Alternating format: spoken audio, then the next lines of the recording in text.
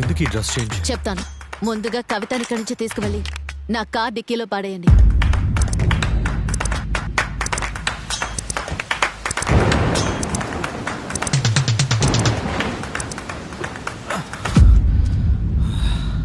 ఏమైంది? ఏం చేయబోతున్నాం? ఏం అర్థం కావట్లేదు. కవితని ఇంట్లో డ్రాప్ చేసిన వాడు ఎందుకు నా కార్ తీసుకువెళ్లాడో తెలియలేదు. కానీ కొద్దిసేపటికే ఇంటికి తిరిగొచ్చి నేను కవితను అనుకుని నాతో తప్పుగా నడుచుకోవాలని చూశాడు. నేను అడ్డుకోవాలని చూసినప్పుడు కొట్టి నాకు కళ్ళు తిరిగేలా చేశాడు. కళ్ళు తెరిచి చూస్తే నేను కార్ డిక్కీలో ఉన్నాను. తెలుసో తెలియకో వాడు వచ్చి మరీ మన వల్ల చిక్కుకున్నాడు. సైలెంట్ గా కవిత హత్యని తన మీద పడేలా చూసుకోవాలి.